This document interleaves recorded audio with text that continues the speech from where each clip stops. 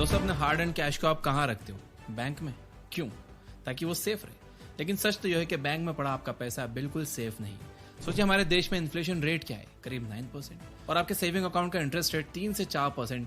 चलो एफडी को भी ले लेते हैं तो वहां भी इंटरेस्ट रेट 6 से 7% ही है। ऐसे में आपका पैसा नंबर में तो बढ़ रहा है लेकिन वैल्यू में नहीं। सोचो, आज आपके पास जो 10 रुपए हैं, 5 साल बाद वो 15 हो गए, लेकिन जो कॉफी आज 10 रुपए की मिलती है 5 साल बाद वो 20 की आएगी।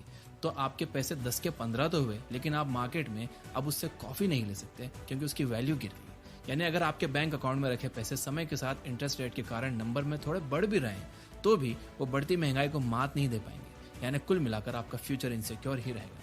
अब ऐसे में क्या किया जाए? तो आज हम डिस्कस करेंगे 7 नए इनोवेटिव और लो रिस्क इन्वेस्टमेंट आइडियाज, जहां पैसे इन्वेस्ट करके आप अपना फ्यूचर सिक्योर कर सकते हो और अपने पैसों की वैल्यू वाकई में बढ़ाकर इन्फ्लेशन को मात दे सकते हो। तो अगर रेडी हो तो कमेंट में लिख दो, I am ready.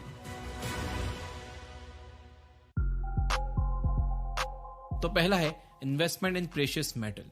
Precious metal यानी कि सोना, चांदी और प्लेटिनम। इन्हें प्रेशियस मेटल इसलिए कहा जाता है क्योंकि इनकी सप्लाई काफी लिमिटेड है, और जब सप्लाई लिमिटेड हो जाती है तो डिमांड और वैल्यू खुद ब खुद बढ़ जाती है। आज से करीब 4,500 साल पहले जब सोने की खोज पहली बार हुई थी, तब से लेकर करीब 300 साल पहले तक करेंसी केवल पेपर पर बने नोट नहीं, बल्कि असली चांदी और सोने के सिक्के हुआ करते थे, जिनकी वैल्यू पर महंगाई और मंदी का कोई असर नहीं पड़ता था। इसलिए सोना और चांदी जैसे मेटल्स लोगों के बीच इन्वेस्टमेंट का पॉपुलर जरिया कल भी थे और आज भी है।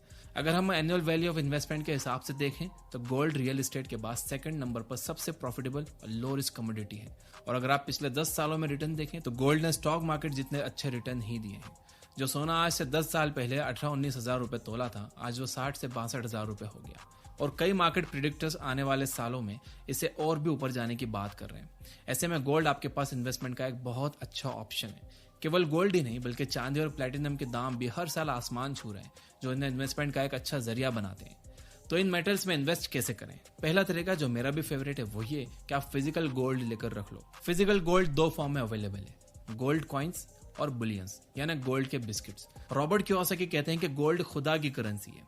आप रुपए का नोट हर देश में नहीं चला सकते, लेकिन अगर आपके पास गोल्ड है तो आप इससे दुनिया में कहीं भी कुछ भी खरीद सकते हो। और ये एक ऐसी करेंसी है जिसे दुनिया की कोई सरकार बंद नहीं कर सकती। जैसे कि एक झटके में 1000 और 500 के नोट्स की वैल्यू 0 हो गई थी, लेकिन गोल्ड की वैल्यू वैसी की वैसी ही थी। गोल्ड में इन्वेस्टमेंट का दूसरा तरीका है डिजिटल गोल्ड। इसके अंदर आता है ETF यानी एक्सचेंज ट्रेडेड फंड, जो ऑलमोस्ट म्यूचुअल फंड की तरह ही होता है, बट वहां पर इन्वेस्टमेंट स्टॉक में होते हैं, यहाँ पर ये गोल्ड में इन्वेस्ट करते हैं। इसके अलावा गोल्ड म्यूचुअल फंड्स और सॉवरेन गोल्ड बॉन्ड, जो RBI जारी करता है। अगर आप चाहते हो कि इन सब पर एक डिटेल्ड वीडियो बने तो जल्दी से कमेंट में मुझे बता दो, मैं आपके लिए वो वीडियो जरूर लाऊंगा। आइए अब जरा गोल्ड में इन्वेस्टमेंट के कुछ मार्केट पैरामीटर्स परख लेते हैं। पहला है रिटर्न। तो गोल्ड का एवरेज रिटर्न मोस्टली 8 से 10% का रहा है। दूसरा पैरामीटर है रिस्क। चूंकि गोल्ड एक कमोडिटी है, इसलिए यहाँ रिस्क के बहुत कम या मॉडरेट चांसेस है। तीसरा पैरामीटर है लिक्विडिटी। गोल्ड इन्वेस्टमेंट्स में आपको काफी लिक्विडिटी मिल जाती है, क्योंकि चाहे फिजिकल गोल्ड हो या डिजिटल, आप जब चाहे उसे सेल करके अपना कैश विड्रॉ कर सकते हो। आखिरी पैरामीटर है वॉलेटिलिटी। गोल्ड के रेट हाईली वॉलेटाइल है, खासकर त्योहारों के टाइम शॉर्ट पीरियड में काफी ज्यादा फ्लक्चुएशन आते हैं। 100 बातों की एक बात है कि गोल्ड इन्वेस्टमेंट हेजिंग के लिए परफेक्ट है। यानी जब मार्केट में उतार चढ़ाव आता है तो गोल्ड में इन्वेस्ट किया हुआ पैसा सबसे कम इफेक्ट होता है, तो आपको ये लॉस से बचा सकता है।